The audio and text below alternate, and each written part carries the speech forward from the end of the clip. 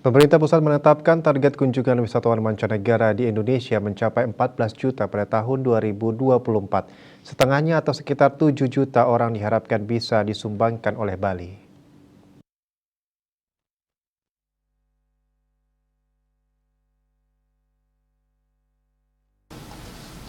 Kepala Dinas Pariwisata Provinsi Bali Cok Bagus Pemayun meyakini dan optimis angka tersebut bisa dicapai. Hal ini berkaca pada realisasi kunjungan Wisman pada tahun 2023 yang melebihi 5 juta orang.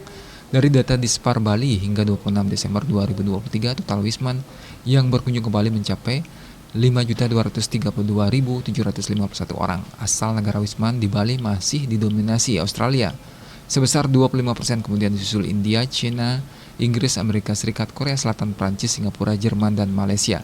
Ini menandakan bahwa Bali masih menjadi destinasi favorit bagi wisatawan mancanegara. Pemayun mengakui pemulihan kepariwisataan Pulau Seribu Pura sangat cepat, bahkan tren positif ini di luar prediksi pemerintah maupun stakeholder pariwisata.